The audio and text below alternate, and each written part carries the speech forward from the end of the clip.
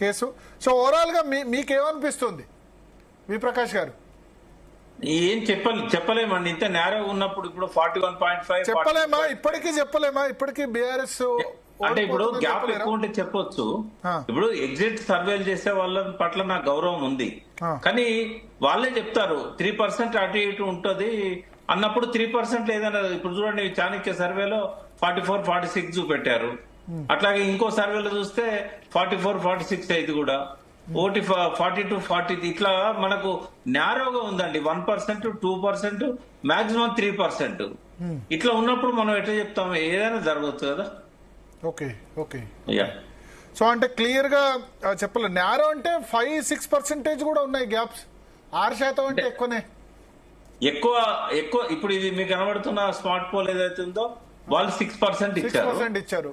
But చాలా సర్వేలలో 1-2% కనబడుతుంది మనకు. 3% ఇచ్చారు. చాణక్య స్ట్రాటజీస్ 3% ఇచ్చారు. ఇంకా పెద్ద నాకు క్రెడిబుల్ న్యూస్ ఏజెన్సీస్ ఎవరు కూడా సర్వే రిలీజ్ చేసినట్టు అనిపించలేదు.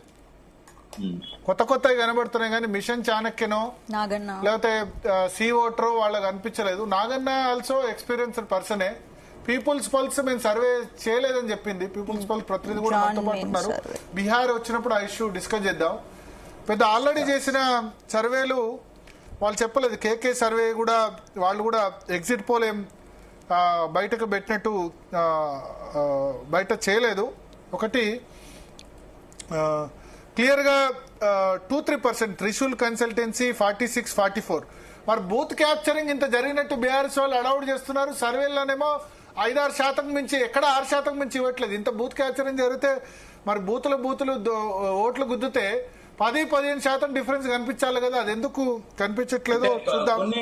కొన్ని బూతులలో మనకు విజువల్స్ కనబడుతున్నాయి బూత్ క్యాప్చరింగ్ జరిగినట్టుగా. డైరెక్ట్ గా ఓటర్లను పట్టుకున్న సందర్భాలున్నాయి.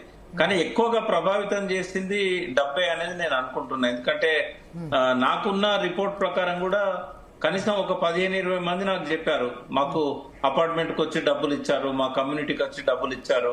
కొంతమంది వద్దన్నా కూడా బీఆర్ఎస్ కూడా ఇచ్చింది. వాళ్ళు 2500 కాంగ్రెస్ ఇస్తే బీఆర్ఎస్ కూడా 1000 రూపాయలు ఇచ్చింది. ఇక్కడ అధికార పార్టీకి కొద్దిగా అడ్వాంటేజ్ ఎక్కువ ఉంటది. ఎందుకంటే వాళ్ళ డబ్బులు పట్టుకోకుండా ఏర్పాట్లు ఉంటాయి. కొంచెం డబ్బులు ఎక్కువ ఇవ్వగలుగుతారు. అందులో రేవంత్ రెడ్డి ఇటువంటి విషయాల్లో ఆరితేరు ఉన్నాడు. ఆయనకు గెలుపు కోసం ఏమైనా చేయగలుగుతాడు. ఏది అడ్డం రాదు ఆయనకు.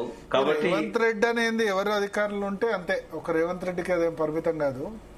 అంటే అంత పట్టుదల తీసుకుంటే బీఆర్ఎస్ 1000 రూపాయలు ఎందుకు ఇవ్వాలి? బీఆర్ఎస్ 1000 అంటే ప్రతిపక్షం కదా. అధికార పక్షం ఇచ్చిన దానికంటే ప్రతిపక్షం ఎక్కువ ఇస్తే వీళ్ళ దగ్గర పైసలు ఎక్కువనే అనుకుంటారు ప్రజలు. క్షమిస్తారు. ఎవరో చెప్పారు నాకు, ఒక భారతీయ జనతా పార్టీ నేత చెప్పాడు, ఓటర్లు ఏమి ఇచ్చినా సరే దేవుడికి పూజ ముందు ఎంత పెట్టినా సరే పూజా సామాను పెట్టాలట. పూజా సామాను పెట్టకపోతే దేవుడు క్షమించనట్టు. ఇవన్నీ మిగతా ఎంత డెవలప్మెంట్ చేసినా ఏం చేసినా ఓటర్కు పూజా సామాను పెట్టాలన్నట్టు. అది అవతల వ్యక్తి వేయించినప్పుడు ప్రతిపక్షం వాడు కనీసం 100 ఇవ్వాలి. ఇచ్చినా ఓకే వీడు ప్రతిపక్షం కదా క్షమిస్తాం పర్లేదు. ఎందుకంటే ఏమి ఇవ్వకపోతే మాత్రం వాళ్ళు సీరియస్ గా పోటీలో ఉన్నట్టు అనుకోవట్లేదు ప్రజలు. మీరు కేటీఆర్ గారితో ఇంటర్వ్యూ చేశారు 1-on-1. అవును. మీరు ఆయన మనస్తత్వాన్ని అర్థం చేసుకుంటారు అని ఆయన నియోజకవర్గంలో చేయని చెప్పారు.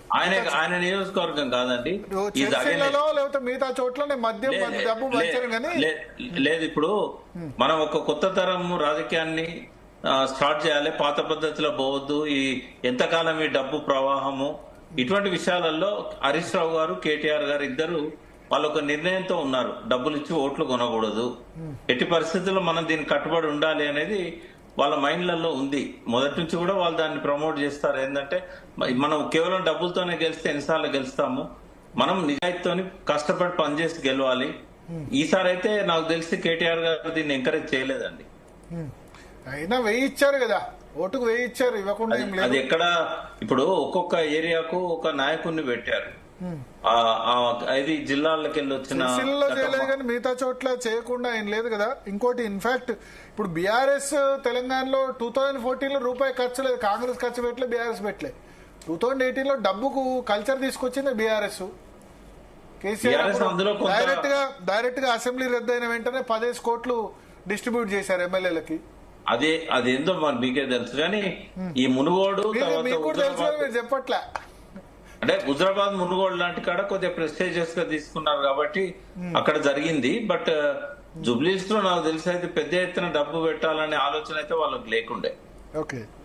ఎక్కడ దొరికినట్టు కూడా మనకు కనబడదు. వాళ్ళ చేతుల్లో పెద్ద ఎత్తున డబ్బులు పంచుతుంటే పట్టుకున్నట్టు కానీ. ఎందుకంటే అధికార పార్టీ కాంగ్రెస్ ఉంది, వాళ్ళు నిఘా పెట్టి పట్టుకోవాలంటే ఎంతసేపు? ఈసారి డ్రోన్లతో మానిటరింగ్ చేశారు, డ్రోన్లు కూడా బాగానే తిరిగినాయి. కాబట్టి మనము నేనైతే బయట ఎంత తిరిగినా బూత్ లోపలికి పోలేవు. బూత్ లోపల జరిగేదాన్ని ఆపలేరు కానీ అక్కడ బూత్ ఏజెంట్సే ఆపాలి. మరి కొన్ని బూతులలో ఏజెంట్లను బయటికి పంపించారనే వార్తలు కూడా వచ్చాయి. ఏజెంట్లు బయటికి కాదు, ఏజెంట్లను ఒక రోజు ముందే డబ్బు ఇచ్చేశారు వాళ్ళు, అట్లా కూడా చెప్పారు. అట్లా కూడా జరగవచ్చు. కొంత బెదిరించి కూడా బయటికి లాగొచ్చు. సైలెంట్ గా వాళ్ళని బెదిరించిన సందర్భాలు కూడా ఉంటాయి. కొన్ని ఏరియాలలో కొంత గుండాయిజం ఉంది కదా, లేదని చెప్పలేం కదా. శరత్ గారు